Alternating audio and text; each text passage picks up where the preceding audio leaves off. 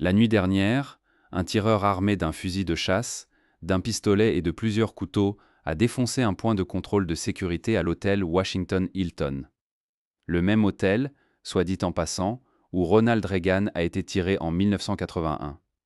Et il a ouvert le feu à quelques pieds seulement de l'endroit où le président des États-Unis, le vice-président, la première dame et la moitié du cabinet s'apprêtaient à dîner. Le soir du 25 avril 2026, des coups de feu ont été tirés près de la principale zone de contrôle de sécurité du dîner annuel des correspondants de la Maison-Blanche à l'hôtel Washington Hilton à Washington, D.C. Le président Donald Trump, la première dame Melania Trump, le vice-président J.D. Vance et des membres du cabinet ont été évacués par le service secret américain. Un homme armé de pistolets et de couteaux a fait irruption dans le hall d'entrée du dîner des journalistes de haut profil, se précipitant vers la salle de bal avant que les agents du service secret le submergent et le placent en détention. L'officier du service secret qui a été tiré a depuis été libéré de l'hôpital. Heureusement, aucune autre blessure n'a été signalée. Maintenant, je veux que vous fassiez très attention à ce qui s'est passé ensuite. Car ce que le président a dit au podium environ 1 heure après cet incident terrifiant vous en dit long sur ce qui se passe vraiment dans sa tête, et ce n'est pas où la plupart des gens l'attendaient. Lors d'une conférence de presse à la Maison-Blanche après la fusillade, Trump a dit du Washington Hilton « Ce n'est pas un bâtiment particulièrement sûr, et je ne voulais pas le dire, mais c'est pourquoi nous devons avoir tous les attributs de ce que nous prévoyons à la Maison-Blanche. » Il est allé plus loin. « Je ne voulais pas le dire, mais c'est pourquoi nous devons avoir tous les attributs de ce que nous prévoyons à la Maison-Blanche. » C'est en fait une pièce plus grande, et c'est beaucoup plus sûr, a déclaré Trump aux journalistes. C'est imperméable aux drones. C'est du verre par balle. Nous avons besoin de la salle de bal. C'est pourquoi le service secret. C'est pourquoi l'armée l'exige. Laissez-moi traduire cela pour vous clairement. Un tireur vient de tenter de franchir une salle remplie de milliers de personnes. Un agent du service secret a été tiré. Des journalistes, des politiciens et des civils se sont jetés sous les tables. Et quelques minutes après son retour à la Maison-Blanche, le président a pivoté pour promouvoir son projet de construction de 400 millions de dollars, la salle de bal d'État de la Maison-Blanche. Maintenant, pour certains d'entre vous qui regardez, vous pourriez penser « Eh bien, peut-être qu'il a raison. Peut-être que la Maison-Blanche a vraiment besoin d'un espace plus sûr. » Et je vais entrer dans cet argument en détail complet. Je vais vous montrer les chiffres, les défauts de conception, les batailles judiciaires, la structure des donateurs et toute l'histoire de ce projet, car à la fin de cette vidéo, vous aurez une image complète de ce qui se passe vraiment ici. Mais d'abord, laissez-moi terminer de peindre le tableau de ce qui s'est passé ce soir, car les détails comptent. Le département de police métropolitaine de Washington a déclaré que le suspect a chargé un point de contrôle du service secret à 20h36, portant un fusil de chasse, un pistolet et plusieurs couteaux, et que les forces de l'ordre ont échangé des tirs avec le tireur. Les autorités ont identifié le suspect comme Cole Thomas Allen, 31 ans, de Torrance, en Californie. On pense qu'il a agi seul. Trump n'était pas en danger immédiat d'être tiré parce que le tireur a été arrêté dans le hall de l'hôtel avant d'arriver au détecteur de métaux, mais la proximité était alarmante. Wolf Blitzer de CNN était à quelques pieds du tireur lorsque les coups de feu ont été tirés. Blitzer a déclaré en direct « Tout d'un coup, un gars avec une arme. C'était une arme très, très grave. Il se met à tirer. » Le service secret et d'autres autorités ont envahi la salle, alors que des centaines d'invités se jetaient sous les tables. Des cris audibles ont résonné à travers la salle de bal, alors que les invités réalisaient que quelque chose se passait. L'événement, qui est traditionnellement une célébration de la liberté de la presse et du premier amendement, a été annulé. Trump a déclaré sur Truth Social qu'il voulait continuer avec l'événement, mais que les forces de l'ordre lui avaient demandé de partir, conformément au protocole. Il a ajouté que l'événement serait reprogrammé dans les 30 jours. Et ensuite est venue la conférence de presse, et c'est là que les choses ont pris un tournant, qui a surpris beaucoup de gens, ou, selon votre perspective, a confirmé ce qu'ils avaient longtemps soupçonné. Voici ce que vous devez comprendre sur le contexte. La salle de bal d'État de la Maison-Blanche n'est pas une idée nouvelle. Elle n'est pas apparue à cause de cette fusillade. La Maison-Blanche elle-même a déclaré en juillet 2025 qu'elle aspirait à avoir un grand espace événementiel sur le complexe de la Maison-Blanche qui pourrait accueillir beaucoup plus d'invités que ce qui est actuellement autorisé.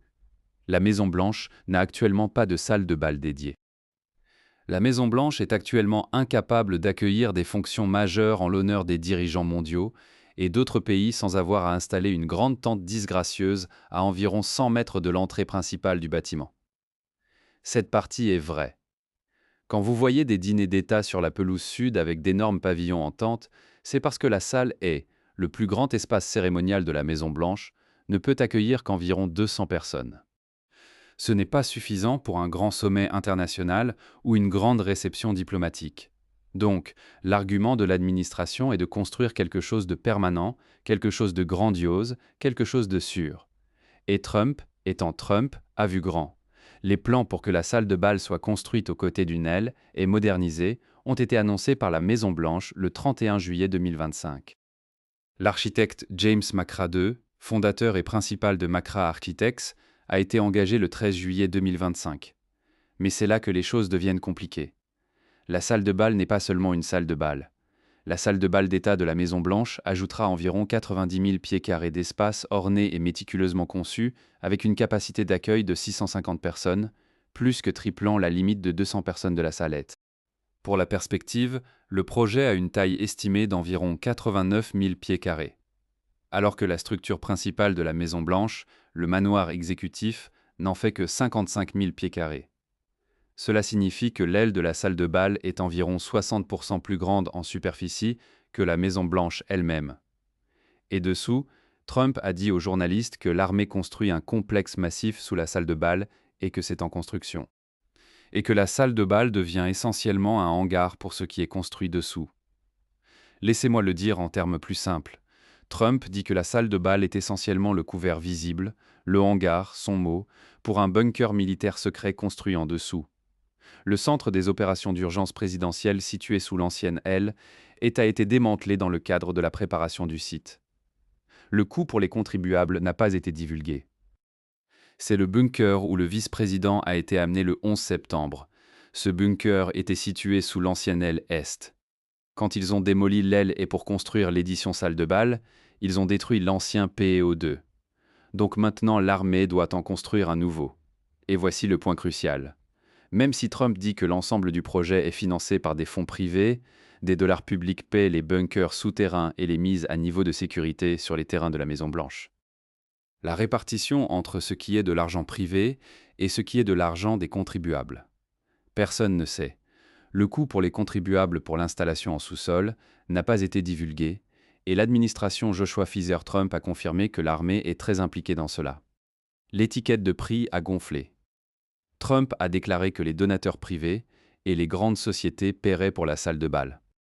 Initialement annoncée à un coût de 200 millions de dollars, l'estimation des coûts a augmenté à 300 millions de dollars en octobre 2025, et cela n'a fait que grimper. La salle de bal, estimée à présent à 400 millions de dollars, a augmenté en portée et en étiquette de prix depuis que Trump a d'abord annoncé le projet l'été dernier. Laissez-moi le décomposer. En moins d'un an, le coût estimé du projet a doublé, passant de 200 millions de dollars à 400 millions de dollars. Et l'administration dit que c'est financé par des fonds privés. Mais comment ? Par le biais d'une organisation à but non lucratif appelée le Trust for the National Mall, un accord récemment révélé entre la Maison-Blanche, le Service national des parcs et le Trust for the National Mall à but non lucratif montre le fonctionnement interne de la façon dont le président Trump et ses alliés financent la rénovation de 400 millions de dollars. Le document de 14 pages habilite le Trust à accepter des dons d'un montant suffisant pour couvrir tous les coûts du projet tels que déterminés par la Maison-Blanche. Voici comment l'argent circule. Le Trust collecte des centaines de millions de dons privés et remet l'argent au NPS, qui le remet ensuite à la Maison-Blanche. Et c'est là que ça devient trouble. La Maison-Blanche est responsable d'identifier les donateurs potentiels au nom du NPS et de les orienter vers le Trust en spécifiant si le donateur potentiel souhaite donner anonymement. Un critique de l'arrangement a noté que les dons anonymes sont le cœur de cet accord. Réfléchissez à ce que cela signifie. Le président des États-Unis identifie personnellement les donateurs pour un projet de construction de 400 millions de dollars sur une propriété gouvernementale, et ces donateurs peuvent rester anonymes. Que ces donateurs veulent-ils en retour ? Nous ne savons pas. Quelles industries représentent-ils ? Nous ne savons pas. Y a-t-il des entités étrangères impliquées ? Nous ne savons pas, car l'arrangement permet l'anonymat et la Maison-Blanche n'a pas encore divulgué combien chaque donateur a donné et combien a été levé pour la construction. Maintenant, le Trust lui-même reçoit une commission. Le Trust reçoit une commission de 2,5% sur les fonds collectés, diminuant à 2% pour tout argent levé en excès de 200 millions de dollars. Comme Trump a déclaré que la rénovation de 400 millions de dollars est entièrement financée, le Trust devrait générer environ 9 millions de dollars. Donc, une organisation à but non lucratif collecte des dons anonymes canalisés par le Service national des parcs, gagnant 9 millions de dollars en frais pour construire un projet sur les terrains de la Maison-Blanche que le président a personnellement dirigé et le coût total pour les contribuables pour la partie militaire dessous encore classée. Restez avec moi car la bataille judiciaire sur cette salle de bal est là où ça devient encore plus intéressant. C'est une question cruciale. Un président peut-il simplement décider de démolir une aile de la Maison-Blanche et de construire quelque chose de nouveau? Sans demander au Congrès, Trump a poursuivi le projet avant de chercher l'avis de la Commission de planification de la capitale nationale. Et la Commission des Beaux-Arts, la National Trust for Historic Preservation, une organisation à but non lucratif privé, a poursuivi en justice après que Trump ait démoli l'aile et l'automne dernier pour construire l'édition salle de bal. La démolition s'est faite rapidement. Trump a démoli l'aile est en octobre avec peu d'avertissement et la préparation du site et les travaux souterrains sont en cours depuis. Des machines lourdes ont déchiqueté l'aile S. Des morceaux de la structure ont été transportés dans une casse au Maryland. De la terre a été transportée par camion vers un terrain de golf à proximité. Maintenant, un juge fédéral s'est impliqué. Le juge Richard Leone a écrit dans sa décision: le président des États-Unis est l'intendant de la Maison-Blanche pour les générations futures de familles présidentielles. Il n'est cependant pas le propriétaire. Il a conclu que la National Trust for Historic Preservation était susceptible de réussir sur le bien-fondé de ces réclamations, car aucune loi ne s'approche de donner au président l'autorité qu'il prétend avoir. Laissez-moi décomposer l'argument juridique, car cela importe. L'administration s'est appuyée sur une loi 3 USC 105D1 qui permet au président d'utiliser de l'argent pour des choses comme l'entretien, la réparation, les modifications et les améliorations à la résidence exécutive à la Maison-Blanche. L'administration Trump s'appuie principalement sur 3 USC 105D1 qui autorise le président à utiliser l'argent affecté pour l'entretien, la maintenance, la réparation, l'altération, le remise en état, l'amélioration, la climatisation, le chauffage et l'éclairage, y compris l'électricité et les accessoires de la maison. La question est-ce que démolir une aile entière et la remplacer par quelque chose de presque 2 fois plus grand compte, comme une altération ou une amélioration? Le projet de salle de bal, qui implique de démolir l'aile et de la remplacer par une structure qui serait 60% plus grande que la résidence de la Maison-Blanche. Le juge Léon pense que non. La section 105D-D1 autorise clairement le président à effectuer l'entretien ordinaire et l'upkeep de la Maison-Blanche et rien de plus. Il écrit: ce juge a été nommé par George W. Bush d'ailleurs, pas exactement un militant libéral, et sa logique était claire. Il a souligné que si vous acceptez l'argument de l'administration, il n'y a pas de limite. Selon les avocats du gouvernement, pratiquement tout changement à la Maison-Blanche pourrait être présenté comme une altération ou une amélioration.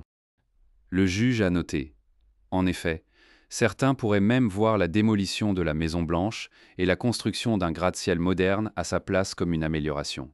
Comme c'est grandiose. Maintenant, malgré cette décision, la Cour d'appel du D.C. a émis une ordonnance temporaire permettant à la construction de continuer, du moins pendant une période. La Cour d'appel a reconnu l'argument de sécurité. Au lieu de cela, ils ont impliqué l'utilisation de colonnes et de poutres en acier résistant aux missiles, de matériaux de toiture imperméables aux drones et de fenêtres en verre pare-balles, balistiques et explosifs.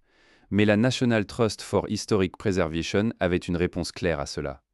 Comme c'est évident, l'absence d'une énorme salle de bal sur les terrains de la Maison-Blanche n'a pas empêché ce président, ou aucun autre président. Les avocats du groupe ont déclaré dans un dépôt. Et c'est vraiment le cœur de la question. Chaque président avant Trump a réussi à accueillir des dîners d'État, à recevoir des chefs d'État étrangers et à organiser des événements majeurs. Oui, parfois ils ont utilisé une tente sur la pelouse sud. Est-ce idéal? Peut-être pas. Mais est-ce une crise constitutionnelle qui justifie un projet unilatéral de démolition et de construction de 400 millions de dollars? C'est vraiment une exagération. Maintenant, c'est là que ça devient presque comique, et je n'utilise pas ce mot à la légère. Les architectes ont identifié de nombreux problèmes avec les plans de conception de la salle de bal, notamment un grand escalier extérieur menant à un côté du bâtiment qui n'a pas de porte, des colonnes qui bloqueraient les vues intérieures et la lumière du jour, des fausses fenêtres, et un escalier qui romprait la symétrie de l'allée de la Maison Blanche. Relisez cela. Il y avait un escalier qui menait à un mur. Pas de porte, juste un grand ensemble d'escaliers allant nulle part. Suite à un article du 29 mars 2026 du New York Times concernant les défauts de conception, Trump a révélé une version mise à jour de la salle de bal le lendemain, avec certains des problèmes résolus, comme le retrait du grand escalier qui menait nulle part. Donc, la conception a été critiquée publiquement, et en l'espace de 24 heures, le président a publié de nouveaux rendus avec l'escalier supprimé. Cela suggère que la conception originale a été approuvée et avancée sans examen architectural de base. Les critiques ont également soulevé des préoccupations esthétiques plus larges. Ils se sont plaints de l'asymétrie de la conception, qui entraînerait une Maison Blanche asymétrique. Obstruction de la ligne de mire symbolique entre la capitale et la résidence du président et le portique surdimensionné avec des colonnes bloquant la vue. The Hill a rapporté que les critiques du projet ont déclaré que l'ornementation était hors de propos et ostentatoire. Et puis, il y a le processus d'approbation réglementaire ou son absence. Tant la Commission des Beaux-Arts que la Commission de planification de la capitale nationale ont approuvé les conceptions, mais les deux panels sont remplis de partisans de Trump. La Commission de planification de la capitale nationale est présidée par Will Scharf, un aide principal de la Maison-Blanche. Le président nomme 3 des membres, et Trump a nommé 2 autres responsables de la Maison-Blanche avec Scharf. Trump a poursuivi le projet avant de chercher l'avis des 2 commissions. La Commission des Beaux-Arts est composée de partisans de Trump, notamment Chamberlain Harris, l'assistante exécutive du président. Donc, l'assistante du président elle-même siège au conseil qui est censé fournir une surveillance indépendante du projet de construction du président. Les rénovations précédentes de la Maison-Blanche, toutes moins importantes que le projet de l'aile est, ont subi des mois et parfois des années de contrôle par ces organismes. Le projet a suscité une réaction généralisée des conservationnistes et du public qui ont condamné la construction proposée dans plus de 35 000 pages de commentaires publics. 35 000 pages, ce n'est pas une faute de frappe. Et la réponse de Scharf, il a soutenu que beaucoup des commentaires négatifs que la commission a reçus n'étaient pas utiles, des lettres types circulaient par des groupes opposés à la salle de bal et qu'elles soulevaient des questions hors du champ d'application de la commission. Nous ne sommes pas une sorte de commission libre de salle de bal justice. A déclaré Scharf, laissez-moi prendre un moment pour parler de ce qui a été perdu. L'aile a été construite en 1902 et a été rénovée et modifiée plusieurs fois avec un 2e étage ajouté en 1942. Elle abritait le bureau de la première dame. Le bunker POC était dessous, et c'était un élément fixe du complexe de la Maison Blanche pendant plus d'1 siècle. La démolition de l'aile était le premier changement structurel majeur au complexe de la Maison Blanche depuis le balcon Truman en 1948. On croit que 2 magnolias ont été enlevés lors de la construction de la salle de bal à la fin octobre 2025. Les arbres avaient été plantés en tant qu'arbres commémoratifs pour les présidents Warren G. Harding et Franklin D. Roosevelt en 1947 et 1942 respectivement. L'arbre Harding avait précédemment été dans un endroit différent, planté en 1922 par la première dame Florence Harding. Une structure qui s'est dressée depuis l'époque de Theodore Roosevelt disparue.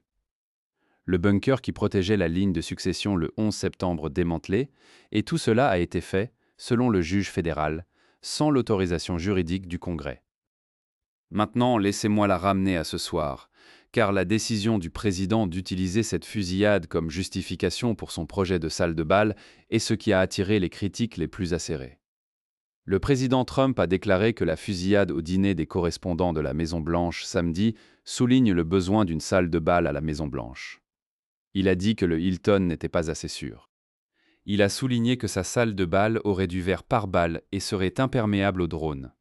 Mais laissez-moi parcourir la logique ici. Le dîner des correspondants de la Maison-Blanche se tient au Washington Hilton. Ce n'est pas un événement gouvernemental. Il est organisé par la White House Correspondent Association, un groupe de journalistes. Ils choisissent le lieu. Le président assiste en tant qu'invité. Si la préoccupation est la sécurité aux événements auxquels le président assiste, la solution n'est pas nécessairement de construire une salle de bal de 400 millions de dollars à la Maison-Blanche. La solution pourrait être et a toujours été des protocoles de sécurité appropriés du service secret à n'importe quel lieu où le président se trouve. Et voici l'ironie. Trump n'était pas en danger immédiat d'être tiré parce que le tireur a été appréhendé dans le hall de l'hôtel avant d'arriver au détecteur de métaux. La sécurité en couche a fonctionné, le point de contrôle a tenu bon. Le directeur adjoint du service secret a déclaré que le suspect présumé a tenté de créer une tragédie nationale, mais la force de notre sécurité en couche était évidente avec une myriade de contre-mesures toujours à venir. Donc, le même incident que le président a utilisé pour justifier sa salle de bal est en fait la preuve que les protocoles de sécurité existants fonctionnent. Les personnes qui ont critiqué le pivot de Trump, et il y en a beaucoup ce soir, ne disent pas que la sécurité présidentielle ne compte pas. Bien sûr, cela compte. Ce qu'ils disent, c'est qu'utiliser une fusillade quelques minutes après son occurrence, alors que l'agent du service secret est toujours en traitement pour promouvoir un projet de construction personnelle déjà mêlé à des batailles judiciaires, des controverses de donateurs anonymes et des embarras de conception. C'est de l'opportunisme. C'est prendre une crise et la transformer en présentation de vente. Et c'est la partie où ça se retourne de travers, car le projet de salle de bal faisait déjà l'objet d'un examen intense. Alors que les critiques remettent en question le coût et l'impact potentiel sur le complexe historique, un juge fédéral a déjà remis en question si le président a même l'autorité de le construire. Et maintenant, en liant la salle de bal à une fusillade en temps réel, Trump a donné à ses critiques un point de parlant très puissant, qu'il est prêt à exploiter une attaque violente pour faire avancer son agenda de construction. Maintenant, je veux prendre du recul pendant une seconde, car ce n'est pas un incident isolé de Trump exploiter une crise. C'est un modèle de comportement que les commentateurs politiques des deux côtés ont observé tout au long de sa carrière. Il est, de son propre aveu, un négociateur. Il cherche de l'effet de levier et les crises créent de l'effet de levier. Pensez à ça. La salle de bal était confrontée à un juge qui a dit qu'elle ne pouvait pas procéder sans le Congrès. La Cour d'appel a temporairement permis à la construction de continuer, mais les perspectives judiciaires à long terme étaient incertaines. L'opinion publique était mitigée à négative avec 35 000 pages de commentaires publics s'y opposant. Et puis, une fusillade se produit au WHCD et en moins d'une heure, le président est au podium en disant « Cela prouve que nous avons besoin de la salle de bal ». Trump a rendu très clair sans être subtil que le Washington Hilton n'est pas assez sûr. Ce n'est pas un bâtiment particulièrement sûr. Il a même mentionné que le service secret et l'armée exigent la salle de bal. C'est pourquoi le service secret, pourquoi l'armée l'exige. Il voulait la salle de bal depuis 150 ans pour de nombreuses raisons différentes. Mais aujourd'hui, c'est un peu différent, car aujourd'hui, nous avons besoin de niveaux de sécurité que personne n'a jamais vus auparavant. Maintenant, cette affirmation selon laquelle le service secret et l'armée exigent cette salle de bal depuis 150 ans est extraordinairement difficile à vérifier. Aucune déclaration indépendante du service secret ou du département de la Défense n'a confirmé cela. Ce que nous savons, c'est que le projet de salle de bal a été une priorité absolue pour Trump, qui a longtemps envisagé un grand espace événementiel permanent à la Maison-Blanche. Et nous savons quelque chose d'autre. BBC News a rapporté que le nouveau bâtiment présenterait un intérieur somptueux, y compris des lustres et des colonnes ornées. Trump a déclaré que la salle de bal devrait être attachée à la résidence exécutive par ce qu'il a décrit comme un pont en verre. Des lustres, des colonnes ornées, un pont en verre. Cela semble-t-il être une exigence militaire? Ou cela semble-t-il être la vision d'un constructeur qui veut laisser sa marque sur la maison la plus célèbre du monde? Je veux ajouter une couche de plus à cette histoire, car c'est presque trop parfait. 45 ans plus tôt, John Hinckley Jr. a tenté d'assassiner Ronald Reagan alors qu'il émergeait du même hôtel. Le Washington Hilton a été le site de violences politiques auparavant. Ça a aussi été le site du dîner des correspondants de la Maison-Blanche pendant des décennies. Généralement, l'hôtel Hilton, où le dîner a eu lieu pendant des années, reste ouvert aux clients réguliers pendant le dîner des correspondants, et la sécurité s'est généralement concentrée sur la salle de bal plutôt que sur l'hôtel dans son ensemble. C'est une vulnérabilité connue.